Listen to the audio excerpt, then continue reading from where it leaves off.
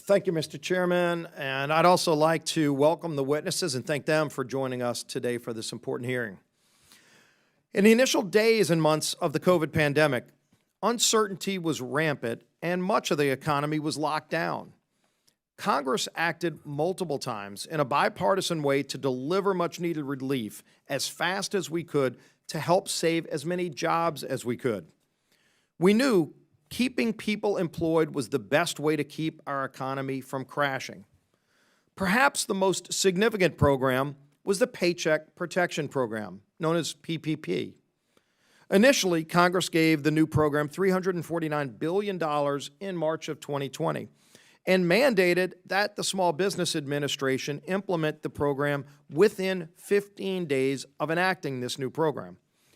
Over time, the program received more than $800 billion, and the SBA estimates that it saved more than 51 million jobs.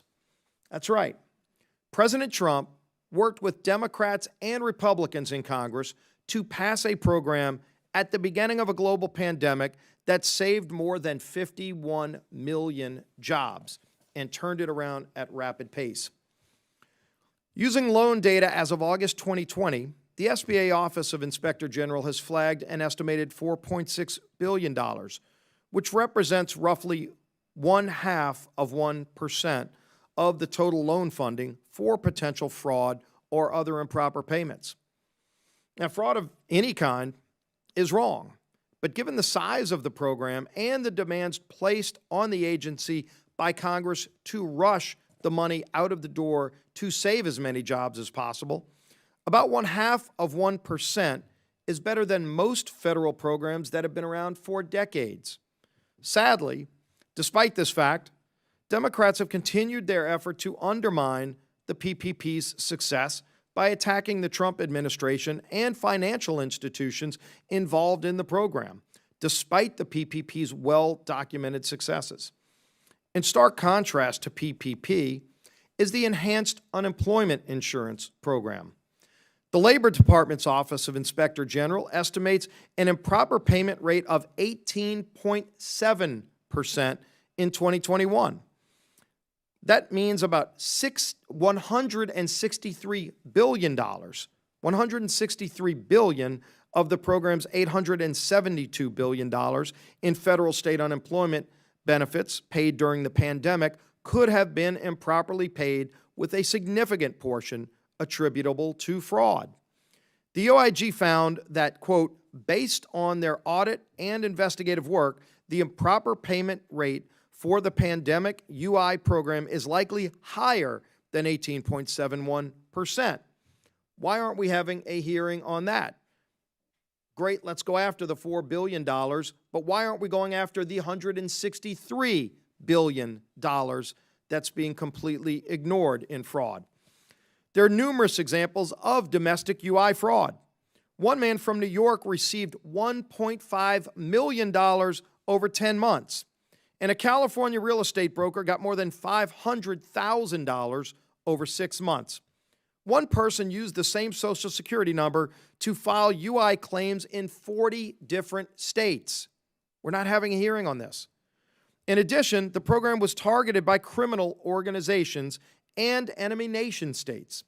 A ProPublica investigation found that a substantial amount of UI fraud can be attributed to organized crime, both in the United States and abroad. Estimates by some say at least 70% of the money stolen ultimately went to foreign nationals in countries like China, Russia, and Nigeria. One state received fake unemployment claims that came from IP addresses in nearly 170 different countries. That was just one state's reported fraud. So far, just over $4 billion has been recovered of that $160+ billion in fraud from the Enhanced UI program. We should be doing everything we can to aggressively identify, investigate, and prosecute the criminal fraud in pandemic unemployment programs. That's why I introduced a bill last week with many of my fellow Republican colleagues to help encourage states to recover fraudulent payments. I hope we will be able to get that bill moved through Congress quickly. On top of the egregious and unprecedented fraud, the pandemic's enhanced UI program has been cited as a leading contributor to the historically high inflation that is crushing American families right now. With all the legislative extensions, some claimants could receive up to 79 weeks of enhanced unemployment, about a year and a half of getting paid more money not to work than what they were making at their job. And all this whilst businesses all across the country are still looking for workers. You had the government paying hundreds of billions of dollars to pay people more money not to work than they were working prior to the pandemic.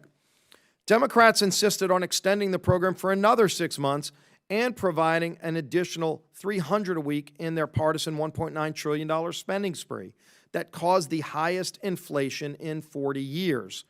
The latest numbers have inflation hitting 8.6% last month. This is costing the average American household an additional $327 a month. That's right, families across America are paying over $300 a month more in higher inflation because of all the trillions of dollars in spending here in Washington doing things like paying people not to work. Washington Democrats shamelessly used the pandemic to pursue their socialist dreams of government dependency.